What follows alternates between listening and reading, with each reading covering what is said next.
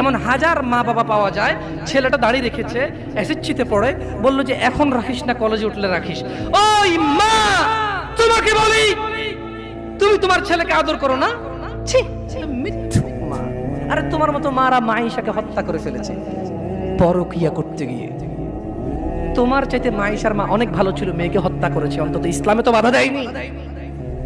আমি বলছি না খুন ভালো, আমি বলছি না খুন ভালো, আমি বলছি না খুন ভালো, আমি বলছি তোমার চাইতে ভালো সে তার মেয়েকে হত্যা করে নিজে অপরাধী হয়েছে, মেয়েকে তো অপরাধী করেনি, করেছে।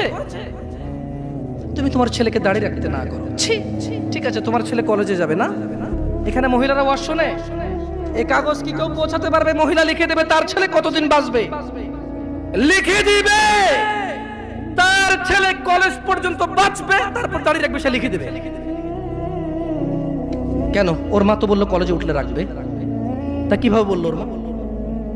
আপনি বলছেন যে কলেজ পর্যন্ত বাঁচবে কিনা লিখে দিতে পারবে না, তাহলে ওর মা কিভাবে বলে কলেজে উঠলে রাখবে? ইয়া শিবাব, চাল ইলাল মসজিদ,